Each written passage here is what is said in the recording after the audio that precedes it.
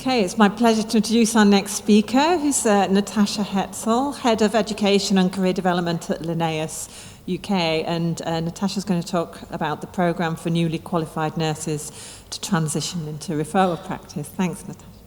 Thanks very much. As we just said, I'm the Head of Education at Linnaeus. This project that I'm going to talk to you about is actually the brainchild of one of my colleagues, Sophie Venables, and it's really her baby, and unfortunately she couldn't be here to talk about it, so I hope I'm going to do it justice as I try and explain what it's all about. There's basically in the UK, there's only one education organisation and institution that ensures that student vet nurses are exposed to referral practice and multidisciplinary referral practice during their training. And consequently, many newly qualified nurses, because obviously they predominantly train in primary care, when they move into referral practice, or if they move into referral practice early in their careers, they have very little prior exposure to it, and that can make it really a very challenging place for them, and it can mean that they leave that role or potentially even leave the profession. So what we aim to do is set up a post-registration nursing program called the PRP, and it's a preceptorship based on human healthcare, and the aim was really to give them clinical and practical support as they transition from being a student into being a highly skilled, confident referral nurse. So the program starts with a 4-week induction period, and during that, they're really learning the kind of basics of the hospital, the SOPs, kind of how to be a useful nurse in that hospital. And then they go through these different areas, so wards, diagnostics and theatre. These are all 6-week rotations, so it gives them time to embed into the team. And in wards, they're doing kind of patient care and a lot of client communication. In the diagnostics rotation, it's effectively medicine and imaging, typically. And in theatre, they're doing both anaesthesia and surgical nursing. And then the optional one basically uses the the sort of services of the particular referral hospital. So we've got one hospital that's particularly got a very large dentistry department, so the optional one there is dentistry. In others it might be neurology, it might be a little bit of a rotation through different areas of the hospital, and that's kind of flexible. And as they go through these rotations, they complete a skills matrix, which is essentially assessing their competency. And they will be doing things like talking through the case, talking about the pathophysiology behind that case. They might be demonstrating how, in a sort of simulated way, how they would set up for a particular procedure, or they might be demonstrating their nursing skills, actually sort of directly in the same way that you might adopt. So it's a little bit like EPAs. So they're supported in lots of different ways through this program. So they have a preceptor, and the preceptors are our really experienced referral nurses, and they are there to support them with their clinical skill development, but also to act as a kind of pastoral support as well. So socialise them into that practice, support them with their development through the program, things that they're finding hard. And they have a half-hour meeting with their preceptor every other week in the first 6 weeks, and every week in the first 6 weeks, and then every other week beyond that. And then they're supported, so those preceptors, although they're really experienced nurses, they've often become very discipline specific, so they might now be a neurology nurse or whatever, so they might not be good at supporting that clinical skills development in perhaps some of the other rotational areas. So we use clinical skills supervisors there, and they're there to support with that clinical skills development. And they're less about pastoral support, but obviously the whole team is creating that welcoming environment and supporting their development. Then they have the support from the central team. So we have a PRP manager in our central education team who runs the professional development days. So they get 3 professional development days a year. 2 of them are online, 1 of them is in person. But they are also there to support the PRP nurses with anything that they need. So it might be that things aren't working out very well in their practice for whatever reason, or they've got problems with their mental or physical health, and there's a whole team in the central support team team, in the central support team, including our mental health and wellbeing manager, who are there to provide the support as required. But they're also there to support the preceptors and the skills supervisors with any problems that they're having. So, if they're struggling with, giving feedback, or, they've identified they've got a training need. And then there's also peer support. So we're really encouraging these nurses to build that kind of network.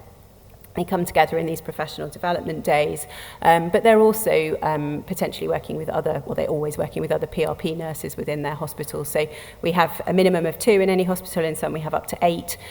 So they're training together, and because they start at different times, it's a rolling programme. Some of them will be more experienced than others, and we'll be kind of supporting them through that development. So hopefully they're developing a bit of a community of practice, and they're in a Teams group together that they can kind of discuss things in. So we're obviously giving them a lot of clinical in-practice training, but we are trying to give them non-clinical training and develop those skills too. So this happens typically on the professional development days, so we're really keen that this starts them on a really, really good career as referral nurses. So that's about their career development, it's about the opportunities, it's about what they might do, how they might approach that, and they have opportunities to talk to people and kind of think about sort of how they progress. It's about their CPD planning, it's about encouraging them to reflect, explaining to them what that is and explaining the value. And it's often also really looking out for their well-being and kind of explaining to them what support's available to them, but also the importance of focusing on that aspect of their development. And then we look at some things that are maybe a bit more kind of clinically orientated, so the communication skills and things like effective handovers that really lead to good patient safety. And I haven't put it on here, but we do also give them a little smidge of clinical educator training as well, because they are going to be supporting student nurses, PCAs in practice, potentially the interns. So we are really sort of helping them just to think a little bit about how they're starting on that road to being educators themselves. And then as part of the programme, we really want to embed with them early on that evidence-based medicine is really important, and it should be driving how we progress and how we develop. So we get them to do 2 things. One is, and they have protected time to do this, one is a research project, which can either be a nursing care analysis, or it can be an SOP. So the nursing care analysis is a case report, effectively looking at the nursing care for a patient from start to finish, and critiquing that in light of the literature. And then the SOP is, again, looking at the literature to review either an existing SOP or to create a new one. And we then share those SOPs, obviously once they've been checked and modified if they need to be, amongst other hospitals potentially, so they can replicate and adjust them. And then the clinical audit they present at the end of their year-long training programme, and that is something they can do on their own, or they can do it in groups. But we used to give them kind of free rein on this, but we've actually narrowed it down to a few topics that they choose from. And that means that we're then in this this continuous cycle of data collection within our hospitals and clinical auditing of some key areas, which we then feed into the quality improvement programmes for the hospitals. So we've talked quite a lot about what's the impact of these training programs that we're doing. How do we measure impact of postgraduate education? And these are by no means necessarily the right things to be measuring, but in 2024 we looked at some data for our PRPs, and what we found is we basically looked at we had 102 PRP nurses that had completed the programme at the time, and we matched them to a control group of nurses who had started since 2020, which was when we started the PRP programme, and had joined Linnaeus within 1 year of qualifying. And basically we found that the PRP, at that time, the PRP nurses had, on average, stayed in practice, like we'd retained them for 7 months longer than the control group. That they moved through the bands and tiers, so that's our internal career structure framework, that they moved through that faster. So they were we had 29% of our PRP nurses had reached the experienced RVN level versus just 16% of the control population. We had retention of 76% versus 61%, and The relocation bit is just a sort of interesting side. The control group were not measured in this because we couldn't get the data. But we found that 22% of PRP nurses had either relocated to do the PRP or had relocated after doing the PRP to go to a referral hospital. And the general impression that we get from our nursing population is that they don't relocate that frequently, differently to the sort of training vet population of interns and residents, which arguably do more. And that suggests, and it only suggests, that they are really valuing that support and that training, and they're really prepared to move for it, but also that our hospitals are really valuing that training, and they're seeking these nurses that are perhaps further afield. The other thing is that a higher percentage of them engage with central support, and that's valuable simply because that's our communication mechanisms out to things like quality improvement and education mechanisms, but it also enables them to access lots of opportunities to develop their careers.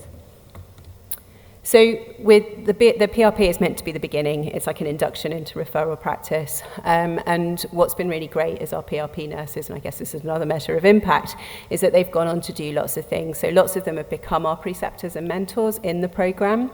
But they've also gone on to leadership and management roles within the business and outside of the business. They've also done a lot more lecturing, using CPD teaching, and also teaching within our programs and client education as well.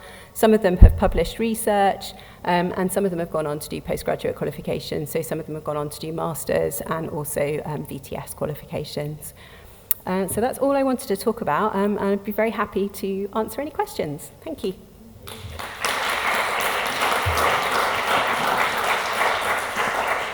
Thanks, Natasha. There's a lot in there. I think it's really nice to see how in the non-clinical elements you've included preparation for them to become educators, making it a sustainable programme for the future. So that's lovely. Any questions from the audience? This one here. And one there. Hi. Hi. Yeah, I think this sounds super. I've just got two questions, just out of curiosity more than anything else. First question is, how do you make this work in clinical practice? Just coming from a background where I'm struggling to get my own lunch break, I'm really interested how you managed to implement this. And then the second question, I was just wondering, for those nurses that are taking on the roles of being the educators, and if you can't answer this is fine, but I was just curious as whether there was any remuneration for them taking on that extra responsibilities. So the first question of how do we get it to happen, I think these nurses, the PRP nurses, become very useful very quickly. So we are providing a resource into the hospital, and I think that's then valued because that is another member of the team. It's a useful member of the team. They're not like a student that's seeing practice that you're having to find time to teach. I think in some ways it's been easier with this programme than with other programmes where we've had to protect time for teaching, vet programmes where we've had to provide time for teaching, because I think the nursing profession is so much more set up for in-clinic teaching. It is much more of an expectation of what you do as an experienced nurse. So that has been easier to achieve, and actually I think nurses are very good at fitting this into, this is all happening, a lot of this is happening within the clinic as they're doing stuff together. So the PRP nurse and the preceptor or the clinical skills supervisor would be potentially working in wards together, and they would sign off that skills matrix as they were doing, as they were working together with a clinical case. So it's not necessarily that, it's not that they're sitting down and going, right, tell me about the, reasons this case presented and what's the pathophysiology here. They'll talk through that as they're, looking after the case. So I think it is challenging sometimes. And protecting time for the nurses. So the PRP nurses, they get 2 hours a week to do their project work, and actually they block that usually, so they don't take it as time in each week. They take it as like a day every few weeks. And I think that helps to protect the time a bit more. Probably the hardest thing is protecting the preceptor meeting time. But again, people do seem to be quite good at making that happen. I'm actually not sure if they get extra. I think it's to do with the banding and tiers. So it's one of the things that they do within the responsibilities of that. So it could be one of the things that pushes them into that, but it might not be. Yeah, thank you, Tash. Really great to see the non-technical skill part in there as well. And yeah, I found the retention bit really interesting because I think from own experience, I know that nurses in referral are often paid less than those in first opinion practice. So there's a lot of need, I think, for additional non-financial benefits. And I think that it benefits the practices as well, because then they become more established team members. And I think that constant team rotation is a big disturbing factor, and it reduces psychological safety, and it reduces the financial. Well, financially, it's not helpful if you have to re-recruit all the time. So yeah, great. Yeah, I agree. I think there's lots of variables in what leads to retention, and I guess it's probably, you can say that if your program is awful, that you know, in your retention is likely to be poor, but you know, it's maybe harder to say that you know, good programs are the only reason that you have retention afterwards. But yeah, I think as part of lots of factors that we can look at, it's probably quite valuable. And I think it's a really interesting point what you say about the stability of teams. It's very, very valuable. Thank you. That was.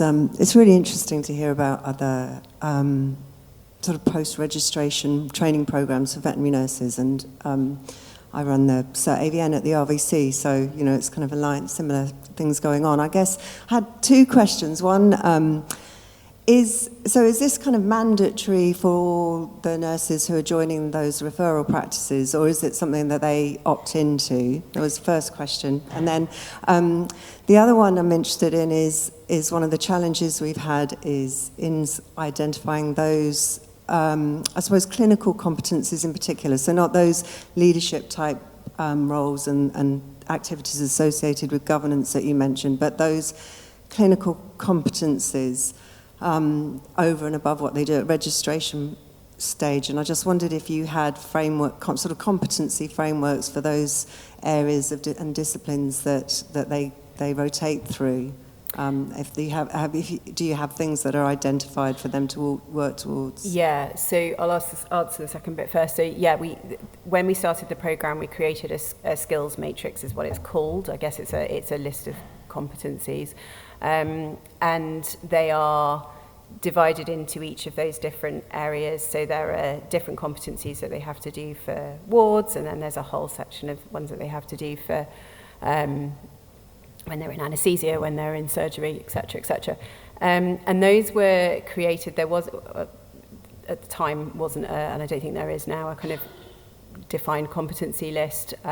So that was created by working with all of the referral hospitals in terms of, and their nursing leads basically, of what skills they felt were really important for nurses to be able to do, and particularly identifying the skills that are perhaps different from primary care.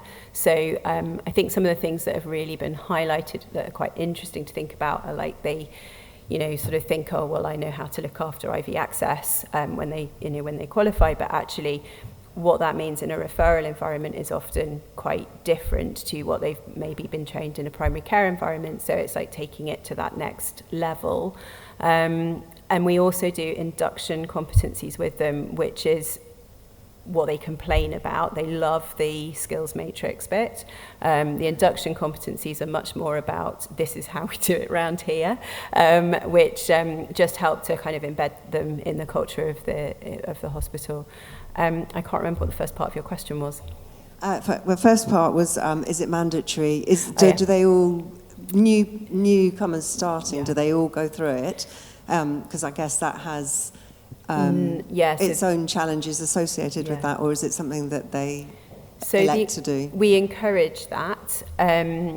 It's not like, so mandatory is quite strong, but no, it's not mandatory, in that the hospitals don't always have the spaces, so they have to budget for these spaces, and this is kind of part of the problem of linking this to hospital budgets. So they say, right, we're going to have X number of PRP nurses, and then we will centrally recruit, in conjunction with them, those PRP nurses as newly qualified nurses. It is possible for hospitals to recruit nurses that are newly qualified outside of the PRP, but we try to avoid that and try to encourage it not to be the case. Because we think that it's more successful if they do take part in it. And that is different to our graduate development programme for vets, where we do not allow our practices to hire people outside of the graduate programme if they're under 2 years qualified. So I think the other group that find the PRP, that kind of push back against the PRP, are the SVNs that have, well, the now qualified RVNs, but who were SVNs in referral, because they feel like they developed that training and that skill set. And actually they are, in the end, very happy to do the skills matrix bit, because I guess they find it interesting and useful. What they push back against is the project work, and I think that's about them not having that kind of scientific writing and research sort of reviewing experience, and I think that is a real value of this programme, and something that's why we then still do encourage them to do it. Lovely. Thank you, Natasha. Thank you very much. Great. Thank you very much.